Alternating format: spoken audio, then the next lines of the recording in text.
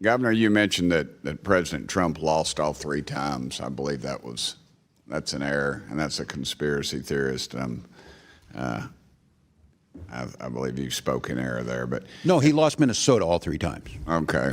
Well, I'm glad you corrected that. He doesn't agree with that, I don't though, care. Chair. We're good. Have you ever used taxpayer funds directly or indirectly to take action against individuals suspected of disclosing potential wrongdoing within a government entity? I have not. Well, almost 30 whistleblowers accuse you and your administration of retaliation. Would you say that's a conspiracy then? I can't speak to what they said. I can tell you it didn't happen. Okay. Are you aware of reports alleging state officials have engaged in retaliation against whistleblowers?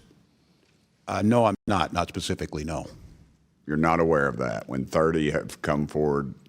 Okay. I am not. I believe these are internet. We have options. The OLA, we have independent folks that they can come to, and I encourage them. It's against the law in Minnesota. I have executive orders. It's against the law here, but it doesn't stop it.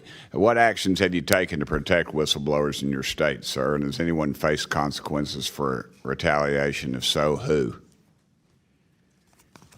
Well, in Minnesota, we have nonpartisan legislative auditor. We have zero tolerance. The Minnesota Whistleblower Protection Act prohibits retaliation. I signed executive order in 2025, added protections. The law explains and clarifies protections around what reports are protected and who can report issues. They're strong. When I was here, I was an advocate for the IGs, and I think that's well known in my 12 years here that we need them. Okay. Well, a whistleblower told our office that her supervisor at the Minnesota Department of Health and Human Services threatened to make her job difficult. And the supervisor that did that later received a promotion. Would that surprise you? And can you confirm if this account is accurate? No, I can't confirm it, and I don't make HR decisions. But when I'm being very clear about this, there's a zero tolerance for whistleblower retaliation in Minnesota. Can you? How can any agency combat fraud when retaliation goes unchecked? It makes it more difficult. That's why we don't allow it. Do you think that any the fraudsters sent stolen funds to Somali terrorist groups? Pardon me? Do you think that any of the Somali folks that received funds sent any of that money to any of the stolen funds to Somali terrorist groups? There's been reports done and investigations done on this, and I don't believe there's any proof to support that. Okay. Mr. Attorney General, do you recall a December 2021 meeting with individuals connected to Feeding Our Future, during which you stated there will be cases that I want you to feel free to call me directly, and then I call up and what's the problem? And let me tell you, just letting the inquiry from AG is sometimes enough to make people knock it off. Congressman, yeah, I was at a meeting like that. Let me just say that I've reported on this numerous times. I've been in front of a committee in the Senate. I'm here today. I was in front of a state House committee. This is a widely discussed matter, and I've been fully transparent. But let me just be clear. These people were fraudsters, as everyone here agrees. They were liars. They lied to me. They lied to courts. They lied to everyone. And I would like you to know that I do meet with community meetings all the time. I mean, it's a regular part of my job. Nothing unusual about me meeting with people. Nothing unusual about me telling people if you got a problem, my office will try to help you.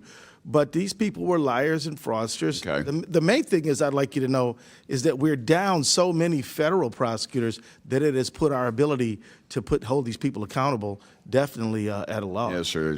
8-hour days do get long. In September of 2022, you issued a press release titled, "For 2 years, Attorney General Ellison's office has held Feeding Our Future accountable." Does that sound familiar? Thank you for the question, Congressman. Let me tell you, the Department of Education. Does it sound familiar or not, sir? It certainly does. And okay. The Department of Education. How much did you receive in campaign contributions from individuals charged in the Feeding Our Future case? Every campaign donation I got was returned to all authorities. Okay. Everybody knows about the $250 million in fraud for Feeding Our Future case, which was prosecuted by the U.S. Attorney's Office in Minnesota. But there were just 2 other large site sponsors that you settled with instead of prosecuting them. Why did you not prosecute Partners in Quality Care or the Gar Family Services? because my office doesn't have jurisdiction to prosecute in those cases. You allowed them to dissolve, but no one was prosecuted.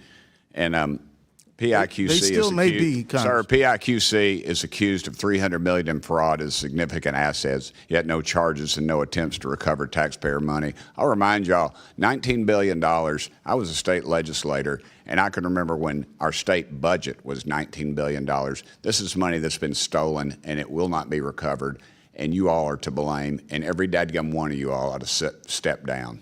Thank you, Mr. Chairman. Governor, good to see you again. You're an Army guy. I'm an Army guy. What's, as governor, one of your primary responsibilities? Keep your citizens safe, right? I think we could probably agree on that. We might not agree on much, but we could probably agree on that. And I heard you talk earlier about working with federal partners.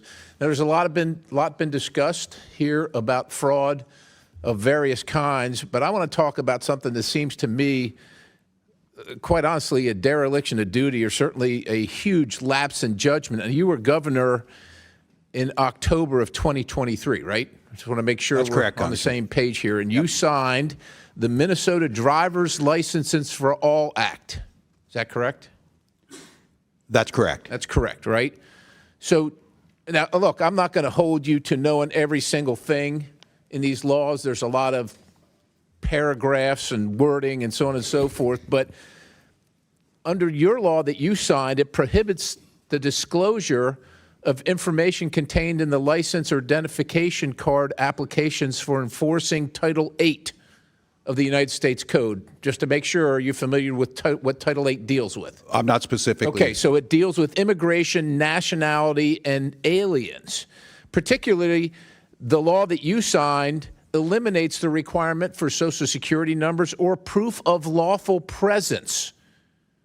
And furthermore, it's a violation under Section 14.4 of your code for anybody to research that. As a matter of fact, immigration status is classified as private under Section 13.18. So literally, the federal government, your partner, as you said, we work with our federal partners, can't use that driver's license information regarding people that are here illegally. Now, I don't understand the connection between the driver's license and the immigration piece, I guess. well, they can't because, well, let me make the connection for you. According to the Secretary of Transportation, 1/3 of Minnesota's non-domiciled commercial driver's licenses were issued illegally. Do you have a video ready to play for me? Can you play it now? This is what happens, Mr. Governor. This is what happens when you issue driver's licenses to people illegally. He is on the northbound lanes of 61, going the wrong way. You can see I'm going southbound on 61. He's in the northbound lanes on Highway 61. I'm crossing over there. And thank God, I don't know how much that thing weighs, 60, 80,000 pounds, 60 miles an hour. 18-wheeler go. You can cut the video. He was licensed in your state under a law that you signed that precludes federal officials, your federal partners, as you call them, from determining whether they're here illegally. That guy that was driving that truck couldn't pass the test. He didn't pass the test out on the road.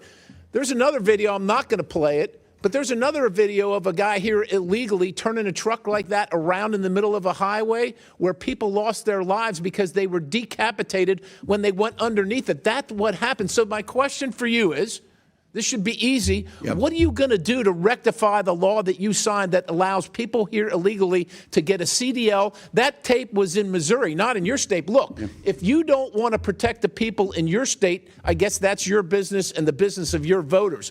But that driver was driving in Missouri. And if he'd have hit a bunch of people, quite honestly, to me, you could have been held liable. Yeah. Well, Congressman, first of all, Minnesota ranks in the top 3 safest states by highway data from your own department. Highway data. The data from the Department of Transportation Yeah, right. for highway safety. We have the 3rd. We want everybody on our roads to be licensed. So and be are you insured. saying based on that you're okay I'm with not people? okay with that. I'm not okay with you or I speeding. I'm not okay with DUIs. But you signed this law that allows for that. You signed it.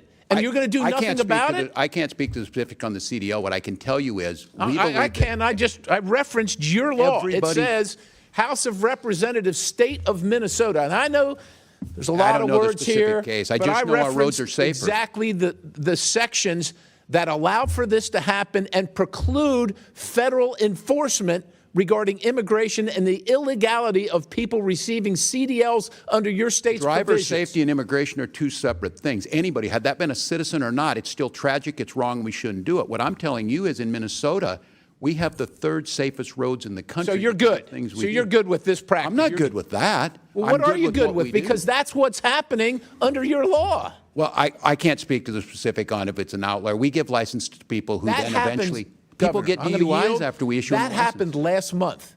This is March. That happened a week and a half ago. Yeah, I don't you know. familiar? That's wrong. And look, But you're not going to do anything. Sure, we're going to do What are things. you going to There do? are traffic laws what, against what, them. What are we going to do? Was this person arrested? I sure hope so. Well, that's good.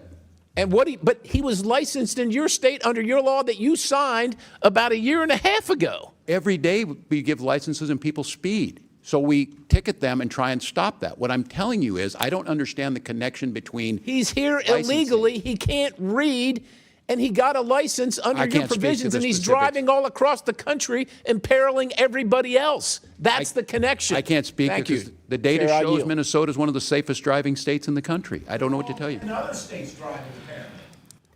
I don't Thank know. you, Mr. Perry.